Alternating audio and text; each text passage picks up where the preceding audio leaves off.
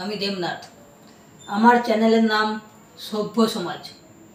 আমি আপনাদের জন্য আরেকটা নতুন ভিডিও নিয়ে এসেছি। আজকের আমার বিষয় সরকার পক্ষ ও বিরোধী পক্ষের প্রধান ভূমিকা কী হওয়া উচিত, এই নিয়ে আজ আলোচনা করব। আজকালকার জেনারেশন তারা অনেকেই জানে না রাজনীতিতে সরকার পক্ষ ও বিরোধী পক্ষের কী ভূমিকা হওয়া উচিত।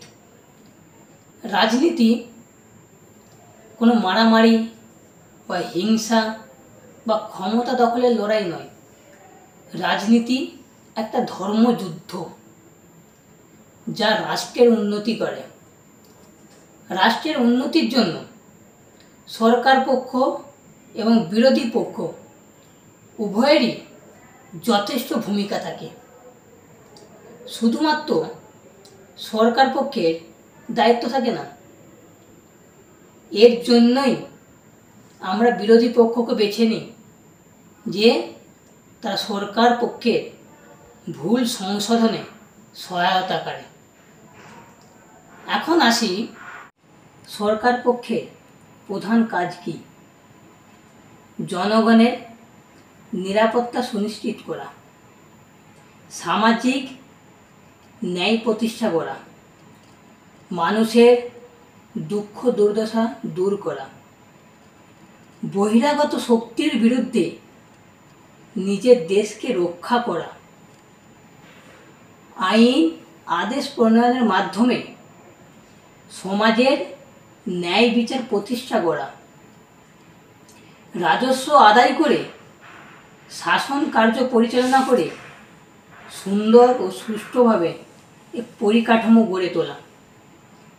আর এই সব যিনি করেন সরকার পক্ষের প্রধান, তিনি কেন্দ্রের প্রধানমন্ত্রী বা রাজ্যের মুখ্যমন্ত্রী। এরকমই বিরোধী দলের কিছু ভূমিকা রয়েছে। সেই ভূমিকাগুলো কি কি? তথ্যের উপর ভিত্তি করে সরকারকে প্রশ্ন করা, সরকারকে জবাবদিহি করা, সরকারের গঠনমূলক সমালোচনা করা, মানুষের স্বাধীনতা ও অধিকার রক্ষা করা এবং তাদের নিশ্চিত করা সরকার এমন কোনো পদক্ষেপ না নেয় যা মানুষের মধ্যে নেতিবাচক প্রভাব ফেলে। যাই হোক, আমি তো এত কিছু বললাম, এগুলো কি আদেও রাজনীতিতে সরকার পক্ষ বা বিরোধী পক্ষ কেউ কি মেনে চলে? আপনারাই ভালো করে জানেন, এরা কেউই এসব মানে না। এরা সংবিধানের নাম করে প্রতিদিন প্রতিনিয়ত গণতন্ত্রকে লুণ্ঠন করে চলেছে।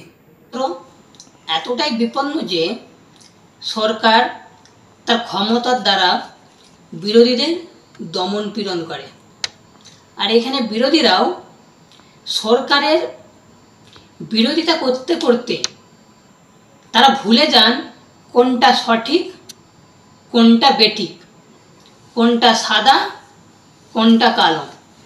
সরকারের বিরোধিতা করতে করতে এমন একটা জায়গায় পৌঁছে গেছে যে তারা দেশের বিরুদ্ধে কথা বলতে শুরু করে দেন এবং তারা নিজেরাও জানে না, নিজেরাও বুঝতে পারে না যে তারা কি বলছে। এবং তারা মুষ্টিমেয় কিছু সম্প্রদায়ের পক্ষ নিয়ে সংবিধানের বিপরীতে চলতে থাকেন। এর জন্য মানুষ তাদের প্রতি আশা ভরসা হারিয়ে ফেলছেন। বিরোধীদের উচিত সরকার পক্ষের প্রত্যেকটা কাজে বাধা না দিয়ে সেই কাজের কোথায় ভুল বা ত্রুটি রয়েছে সেইটা নিয়ে বিবেচনা করা, সেইটা সংশোধন করা। আর কী করা উচিত? সরকারকে সঠিক পথে নিয়ে আসা, যাতে রাষ্ট্রের উন্নয়ন ও গঠনমূলক কাজে সুন্দরভাবে পরিচালিত হয়, যাতে সমাজের উন্নয়ন হয়, রাষ্ট্রের পরিকাঠামো মজবুত হয়। সবশেষে আপনাদের আমি বলবো, সরকার পক্ষ ও বিরোধী পক্ষকে নিয়ে নেতিবাচক চিন্তাভাবনা না করে নিজের মানসিক পরিবর্তন করুন এবং আপনিও ওদের সঠিক পথে নিয়ে আসার জন্য তৎপর হন। আমার এই ভিডিওটি যদি ভালো লাগে আপনাদের, অবশ্যই লাইক করবেন, কমেন্ট করবেন এবং চ্যানেলটিকে সাবস্ক্রাইব করবেন। জয় হিন্দ, বন্দে মাতারাম, ভারত মাতা কি জয়।